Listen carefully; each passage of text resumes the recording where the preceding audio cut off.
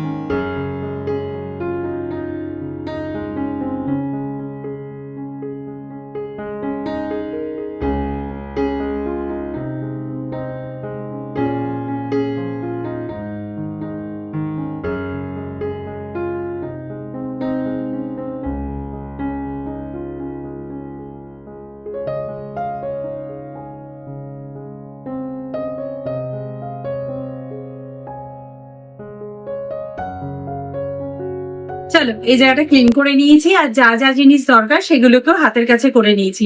চলো এবার দেখাই কি কি করতে হবে। প্রথমে আমি একটা মিক্সি জার নিয়ে নিয়েছি, আর এই মিক্সি জারের মধ্যে এখানে আমি একটুখানি ধনে পাতা ওয়াশ করে রেখেছি। এই ধনে পাতাটার একটু একদম চাটনি বানিয়ে ফেলতে হবে। তো মিক্সি জারটা যেহেতু একটা ছোট জারই নিয়েছি, ছোট জার এনাফ আর কি। এই জারগুলোতে না, ছোট জারগুলোতে পেস্ট খুব সুন্দর হয়। তো খুব সামান্য জল দেবো, মানে যতটা কম জল দেওয়া যায় আর কি, ততটাই কম জল দিয়ে এটাকে একটা পেস্ট বানিয়ে নেবো।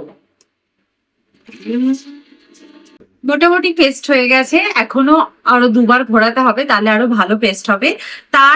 সেটা করার আগে আমি একটু গ্রিন চিলি দিয়ে দিচ্ছি, 2টো গ্রিন চিলি দিয়েছি, আর মোটামুটি 5-7টা মতো রসুনের পোয়া দিয়ে দিয়েছি, একদম ছোট ছোট রসুন যেহেতু, এটা দিয়ে দিয়েছি। আর আমার কাছে আদা সব বাটাই রয়েছে, সেই জন্য আমি আদা বাটা ইউজ করছি। তোমরা চাইলে এমনি গোটা আদাও দিয়ে দিতে পারো, তাহলে একসাথে পেস্টও হয়ে যাবে। আবার একবার ধুরিয়ে নেব। সুন্দর পেস্ট হয়ে গেছে। এরপর আমি যে পনিরটা রেখেছিলাম, ওই পনিরটা আমি অ্যাড করছি। একটু ছোট ছোট কিউব করে ভেঙে দিচ্ছি, তাহলে তাড়াতাড়ি আর কি ভালো করে পেস্ট হয়ে যাবে। সুন্দর একটা পেস্ট বানিয়ে নিতে হবে।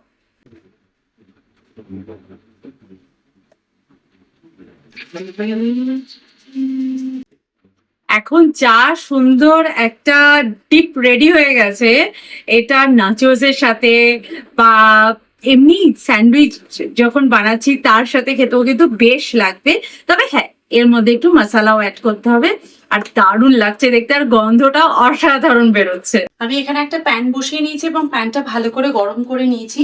এর মধ্যে দেবো হচ্ছে খুব সামান্য তেল, খুবই সামান্য, একটু সর্ষের তেল দিলাম।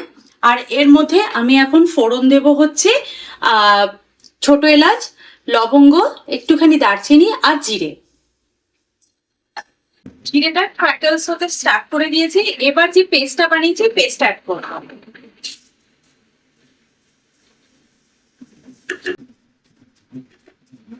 মিক্সির মধ্যে কিন্তু এখনো অনেকটা পেস্ট লেগে আছে, তাই এর মধ্যে একটু জল দিয়ে এটার মধ্যে অ্যাড করে দেবো।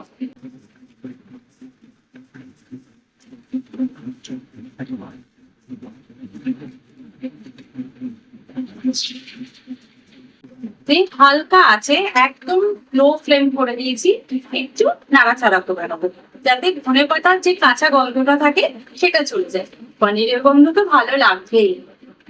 এরপর এর মধ্যে আমি অ্যাড করে দেবো হচ্ছে কিছু রেগুলার মশলা, salt, red chilli powder, turmeric powder, cumin powder, coriander powder আর টার্মারিক পাউডার। আর এর মধ্যে একটুখানি আমি চাট মশলাও অ্যাড করেছি। এগুলো তো রেগুলার মশলাই, শুধু চাট মশলাটা এক্সট্রা অ্যাড করলাম। সব ড্রাই মশলাগুলোকে আমি একসাথে অ্যাড করে নেবো, আর একদম মিডিয়াম ফ্লেমে করবো যাতে মশলা বা গ্রেভি কোনোটাই পুড়ে না যায়। অলরেডি এত সুন্দর একটা স্মেল আসছে কি বলবো। এরপর আমি যে ব্ল্যাক চানাগুলোকে বয়েল করে রেখেছিলাম, এই ব্ল্যাক চানাটাকে আমি অ্যাড করে দেবো। টেস্টটাও একদম অন্যরকম, এতে কিন্তু অসাধারণ হয়। জাস্ট এই ব্ল্যাক চানাটাকে এই গ্রেভিটার সঙ্গে ভালো করে মিক্স করে নেবো। এইরকম ভাবে আমরা চিকেন, পনির অলরেডি খেয়েই থাকি, কিন্তু এইভাবে একবার ব্ল্যাক চানা বানিয়ে দেখো, কি যে অপূর্ব লাগবে না। এটা তোমরা নর্মাল রাইসের সাথে, জিরা রাইসের সাথে বা কোনো ফ্রাইড রাইসের সাথেও দিতে পারো। ধরো যারা তোমার ভেজ খায় তাদের জন্য কিন্তু একদম এটা পারফেক্ট একটা হাই প্রোটিন রেসিপি। আর রাত্রিবেলা কিছু বানাতে ইচ্ছা করছে না, তখন এটা ঝটপট করে কিন্তু বানিয়েও পেতে পারবে যদি তোমাদের কাছে চানাটা উপস্থিত থাকে। সুন্দর করে বাবল এসে গেছে। এরপর আমি এটার মধ্যে জাস্ট একটুখানি গরম মশলা দিয়ে দেবো ওপর থেকে, গরম মশলা গুঁড়ো আর কি। দেন ভালো করে মিক্স করে নেবো। ব্যাস, আমার এই গ্রেভিটা কিন্তু একদম রেডি। তোমরা চাইলে আর একটু পাতলা করতে পারো, বাট আমি রুটি দিয়ে খাবো তো, তার জন্য এই নাও। তো ভালো করে মিক্স করে নিলাম, আর এটাকে এখন কভার দিয়ে রেখে দেবো। গ্যাসের ফ্লেম কিন্তু আমি অফ করে দেবো। এভাবে 5 মিনিট পর আর ততক্ষণ আমি রুটিটা বানিয়ে দিই। ভীষণ yummy, healthy, high protein recipe কিন্তু একদম রেডি। এটি একটা নতুন ডিশ। এটা কি পোস্ত? পোস্ত ঘুগনি?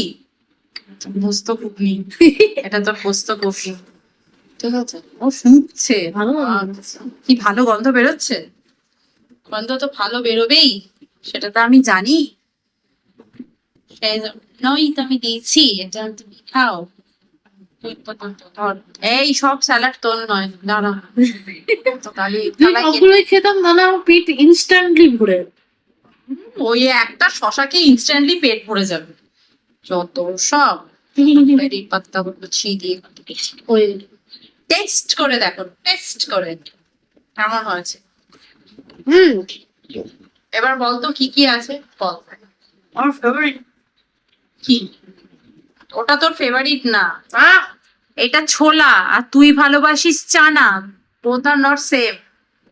তারপরে তারপরে এই এটা একটু ধরে পাতা দেওয়া আছে। ধনে পাতা দেওয়া আছে। আচ্ছা, আর লাল লাল কি দেখছি।